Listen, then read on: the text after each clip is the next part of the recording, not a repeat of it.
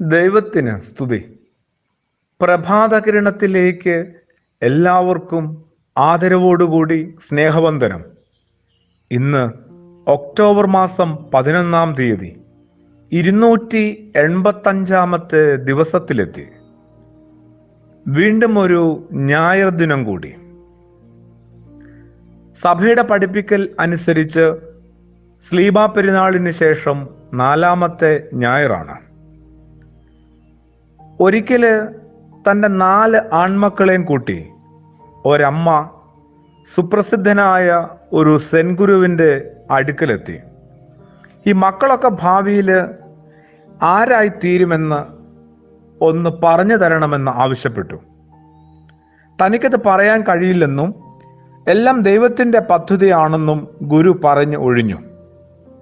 അമ്മ വീണ്ടും നിർബന്ധിച്ചുകൊണ്ടേയിരുന്നു. ഒടുവിൽ ഗുരു പറഞ്ഞു, ദൈവമാണെല്ലാം നിശ്ചയിക്കുന്നത്, എന്നാലും എനിക്ക് തോന്നുന്നത് പറയാം. മൂത്ത മകനെ ഒരു കച്ചവടക്കാരനാക്കുക, രണ്ടാമത്തവനെ പുരോഹിതനും, മൂന്നാമത്തവനെ പട്ടാളക്കാരനും, 4-ാമൻ അവനെ ഇവിടെ എൻ്റെ കൂടെ നിർത്തിക്കും. ആ അമ്മ അപ്രകാരം തന്നെ ചെയ്തു. 3 മക്കളെയും കൂട്ടിപ്പോയി. വർഷങ്ങൾ കഴിഞ്ഞു. ഗുരു പറഞ്ഞതുപോലെ മൂത്തവൻ നല്ല കച്ചവടക്കാരനും, 2-ാമൻ പ്രസിദ്ധനായ പുരോഹിതനും, 3-ാമൻ പട്ടാളക്കാരനുമായി. 4-ാമൻ അപ്പോഴും സൂഫി ഗുരുവിനോടൊത്ത് ആശ്രമത്തിലുണ്ട്. ആ ഇളയവനെ കാണാനായിട്ട് അമ്മ 3 മക്കളെയും കൂട്ടി ഒരിക്കൽ കൂടി ആ ഗുരുവിൻ്റെ ആശ്രമത്തിലെത്തി. അമ്മ ചോദിച്ചു, വർഷങ്ങൾക്ക് മുമ്പ് ഞാൻ ചോദിച്ചപ്പോൾ അങ്ങക്ക് എങ്ങനെയാണ് ഇത്ര കൃത്യമായിട്ട് എൻ്റെ മക്കളുടെ ഭാവിയെക്കുറിച്ച് പറയാനായിട്ട് സാധിച്ചത്? ഗുരുവിൻ്റെ മറുപടി ഇപ്രകാരമായിരുന്നു, ദൈവത്തിന് സ്തുതി. എൻ്റെ ആത്മബോധത്തിലൂടെ 4 പേരുടെയും ഭാവി എനിക്ക് കാണാൻ കഴിഞ്ഞു. ആദ്യത്തെ ആൾ ഒരു കള്ളൻ ആവേണ്ടവനായിരുന്നു. അതുകൊണ്ടാണ് അവനെ ഒരു കച്ചവടക്കാരനാക്കാനായിട്ട് പറഞ്ഞത്. 2-ാമത്തെ ആൾ നുണയൻ ആകേണ്ടവനായിരുന്നു. അവനെ അതുകൊണ്ട് പുരോഹിതനാക്കാനായിട്ട് നിർബന്ധിച്ചു. 3-ാമത്തവൻ കൊലയാളിയാകുമായിരുന്നു. അതുകൊണ്ട് അവനെ പട്ടാളക്കാരനാക്കുവാനും. 4-ാമന് അവന് യഥാർത്ഥ സത്യാന്വേഷിയായിരുന്നു. അവനെ ഞാൻ എൻ്റെ ശിഷ്യനുമാക്കി. നല്ലൊരു പുലരിയിൽ ആരെയൊക്കെയോ ഉള്ളിൽ ഉന്നം വെച്ച് കരുതിക്കൂട്ടി വെടിപൊട്ടിച്ചതൊന്നും അല്ല കേട്ടോ.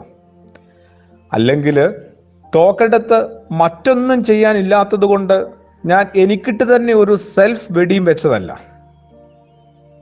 വിശദീകരിക്കാനാവാത്ത ഒരു വേവലാതിയിലേക്ക് എന്നെ സൂഫിക്കഥ കൂട്ടിക്കൊണ്ടുപോയി. അപ്പോൾ സ്വസ്ഥരായിരിക്കുന്ന കുറച്ചു പേര് കൂടി ഒന്ന് അസ്വസ്ഥരായിക്കോട്ടെ എന്ന് വിചാരിച്ച് പങ്കുവച്ചതാ. മനുഷ്യന് എത്ര വലിയ സൃഷ്ടിയാണ്, എന്തൊരു മഹത്വമാണ് സത്യത്തിൽ അവന് സ്വന്തമായിട്ടുള്ളത്. എന്നിട്ട് ആ അന്തസ്സിന് ചേരുന്ന എന്തൊക്കെയുണ്ട് ഓരോരുത്തർക്കും സ്വന്തമായിട്ട്.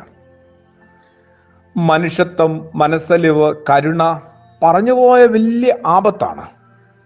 യേശുവിൻ്റെ മനോഹരമായൊരു മൊഴിയുണ്ട്. വിശുദ്ധനായ ലൂക്കോസിന്റെ സുവിശേഷം 16-ാം അധ്യായം അതിൻ്റെ 13. ഒരു ഭൃത്യന് 2 യജമാനന്മാരെ സേവിക്കാൻ സാധിക്കുകയില്ല. ഒന്നുകിൽ അവൻ ഒരുവനെ ദേഷിക്കുകയും മറ്റവനെ സ്നേഹിക്കുകയും ചെയ്യും, അല്ലെങ്കിൽ ഒരുവനോട് ഭക്തി കാണിക്കുകയും മറ്റവനെ നിന്ദിക്കുകയും ചെയ്യും.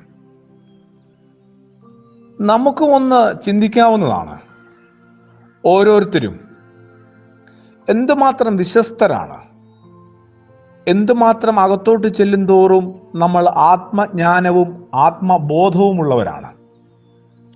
ഈ പറഞ്ഞ കച്ചവടക്കാരനും പുരോഹിതനും പട്ടാളക്കാരനുമൊക്കെ നമ്മൾ ആയിട്ടുണ്ടാവും ഇതിനോടകം. അവരൊന്നും ഒട്ടും കുഴപ്പക്കാരല്ല കേട്ടോ. അതിനും അപ്പുറത്തേക്കൊന്ന് കടന്നുപോയാൽ, എത്തി നോക്കിയാൽ നമ്മൾ ശരിക്കും ആരാണ്? അതാണ് ഇവിടുത്തെ പ്രശ്നവും, ഇവിടുത്തെ ചോദ്യവും, ഇവിടുത്തെ മുഴുവൻ സ്വസ്ഥതക്കേടും. പ്രാർത്ഥനയോടുകൂടി നമ്മൾ സേവിക്കുന്ന യജമാനനെ നമുക്കൊന്ന് കണ്ടെത്താനായിട്ട് ശ്രമിക്കാം. ആമേൻ.